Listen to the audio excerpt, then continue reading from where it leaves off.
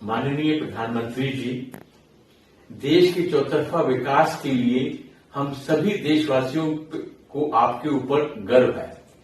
मैं ईश्वर केवलमानी बोल रहा हूं और मैं जेपी इंफ्राटेक लिमिटेड नोएडा के उन होम बायर में से एक होम बायर हूं जिनको अभी तक पोजीशन नहीं मिला है। आज की तारीख में तकरीबन 21,000 ऐसे होम बायर्स हैं जेपी इंफ्राटेक लिमिटेड के जिनको अभी तक पोजीशन नहीं मिला है। हमारे घरों की शेड्यूल्ड डिलीवरी प्रधानमंत्री जी 2013-14 में थी, जो किसी कारणवश से लेट होता गया and it has been a unprecedented delay, जिसकी वजह से हम होम बायर्स ही फाइनली सफरर हैं। कई होम बायर्स ने अपना घर लेने के लिए लोन लिया और वो किराए के घर में भी रह रहे हैं। वो अब होम लोन की ईएमआई भी पे कर रहे हैं, घर का किराया भी दे रहे हैं और इस दौरान कई होम बायर्स वरिष्ठ नागरिक हो चुके हैं, कई अति वरिष्ठ नागरिक हो चुके हैं और मुझे दुख के साथ ये कहना पड़ रहा है कि कई होम बायर्स स्वर्गवासी भी हो गए हैं। प्रधानमंत्री जी, 2017 में हमने आपके भाषण के दौरान नोएडा क्षेत्र के घर खरीदारों की समस्या का समाधान करने का संकल्प लिया था, जिसमें हमें काफी उम्मीदें थी। We saw bright light at the end of the dark and long tunnel, क्योंकि हमें यकीन है कि केवल आप ही हमारे देश की समस्याओं का समाधान कर सकते हो।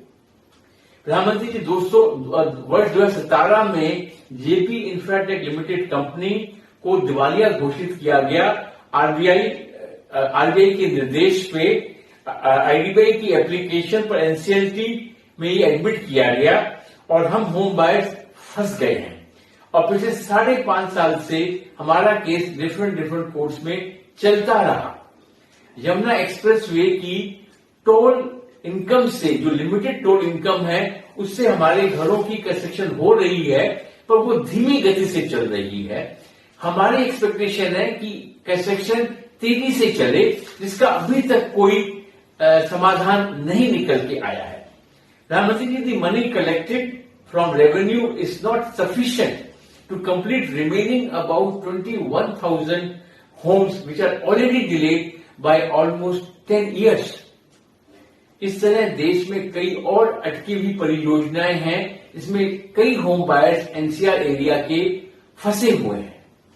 हम घर खरीदार जो मिडिल क्लास के टैक्स पेयर्स हैं, जिन्होंने अपनी जीवन की जमा की हुई पूंजी अपने घर में निवेश की और वो पिछले कई सालों से पोजीशन की ही वेट कर रहे हैं, उनकी पीड़ा डेफिनेटली जेन्युइन है। प्रधानमंत्री जी, प्रधान सेवक के रूप में आपके मजबूत और ईमानदार नेतृत्व में सरकार ने अत्यधिक जटिल समस्याओं का भी समाधान किया है, जो इमेजिन से परे थे और काफी सालों से लंबित थे। उन समस्याओं का भी आपकी सरकार ने समाधान किया है, जिसमें पूरे देश को गर्व है। हम ये भी मानते हैं कि रेरा लॉ भी आपकी सरकार लाई और इसकी उपलब्धियां भी हम स्वीकार करते हैं। प्रधानमंत्री जी, आईबीसी में इस समय करंटली कुछ संशोधन की बातें भी हो रही हैं, जो बहुत अच्छी तरह से सोची गई हैं। हमें पूरा विश्वास है आपके कुशल मार्गदर्शन में आईबीसी देश के लिए एक बड़ी सफलता की कहानी भी बनेगी।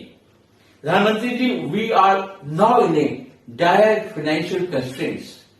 Any out of court settlement shall help us to come out from this financial constraint.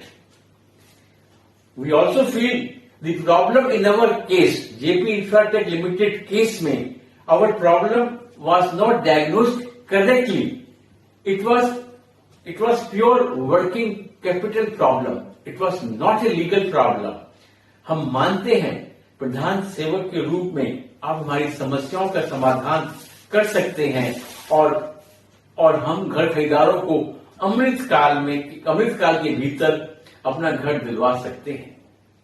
अंत में देश के सभी खरीदारों जो आईबीसी के तहत रियल एस्टेट की रुकी हुई परियोजनाओं में फंसे हुए हैं, मेरा आपसे सभी होम बायर के प्रति विनम्र आग्रह है कि आप कृपया इंटरवीन करें, कृपया हस्तक्षेप करें।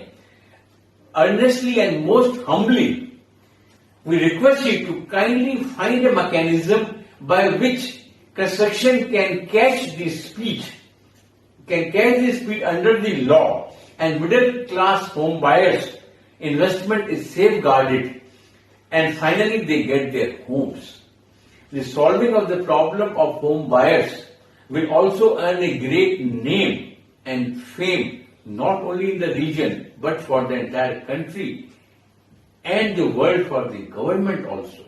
This shall also add to motto of ease of doing business in the country. प्रत्येक होम बायर की ओर से मुझे पूरा यकीन है और उम्मीद है कि आप होम बायर्स की पीड़ा और दर्द को समझेंगे और कुछ तुरंत पॉजिटिव एक्शन हमें गवर्नमेंट की तरफ से दिखाई देगा। अंत में गणतंत्र दिवस की आपको बहुत बहुत शुभकामनाएं। जय हिंद, भारत माता की जय।